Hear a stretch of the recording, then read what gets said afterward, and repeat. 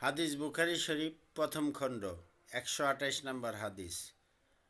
আসওয়াদ রাদিয়াল্লাহ এবং আবদুল্লাহ ইবনে জুবাইর রাদিয়াল্লাহ এবং মা আয়শা থেকে বর্ণিত।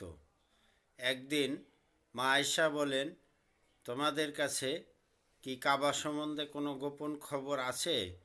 আমি তো অনেক কিছু কাবা সম্বন্ধে গোপন খবর বর্ণনা করেছি। তো আবদুল্লাহ ইবনে জুবাইর রাদিয়াল্লাহু তাআলা বলেন, যদি বর্তমান জামানার মুসলমানরা নতুন না হতো তাহলে আমি কাবাগরের দরজা ভেঙে দুটো দরজা বানিয়ে দিতাম, একটি দিয়ে প্রবেশ করত আরেকটি দিয়ে বের হয়ে যেত। তো বর্তমান তো এই কথার উপরে আমরা বুঝতে পারি যে কাবাগর সম্বন্ধে নবী করিম সাল্লাল্লাহু আলাইহি সাল্লাম এমন কোনো গোপন তথ্য দিয়ে গেছেন যেগুলা শরীয়তের মোল্লারা এবং মা আয়শাও বলেছেন যেগুলা শরীয়তের মোল্লারা প্রকাশ করে না।